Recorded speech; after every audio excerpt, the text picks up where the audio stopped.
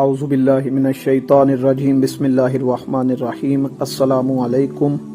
یا علی علیہ السلام مدد۔ ناظرین و سامعین،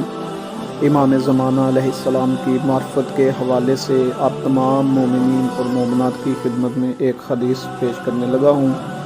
اس سے پہلے آپ سے گزارش ہے کہ میرے چینل کو سبسکرائب کر دیں اور ساتھ ہی بیل آئیکن کو پریس کر دیں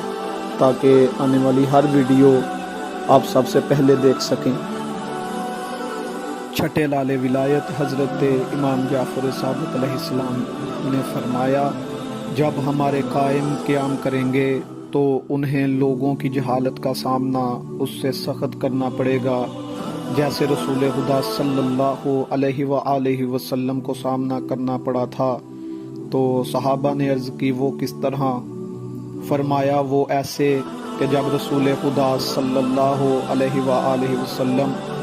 لوگوں کی طرف مبعوث ہوئے تو وہ پتھروں، چٹانوں، تراشی ہوئی لکڑیوں اور لکڑیوں کے بنے ہوئے مجسموں کی پرستش کیا کرتے تھے، مگر جس وقت ہمارے قائم عجل اللہ فرجہ شریف لوگوں کے پاس جائیں گے تو وہ لوگ کتاب خدا سے تعویلیں گڑیں گے اور اس کی مدد سے ان کے خلاف حجت بازیاں کریں گے۔ امام علیہ السلام نے پھر فرمایا، اللہ کی قسم، اس سب کرنے کے باوجود بھی قائم علیہ السلام کا عدل ان کے گھروں میں ایسے چلا جائے گا جیسے گرمی اور سردی گھروں میں داخل ہو جاتی ہے۔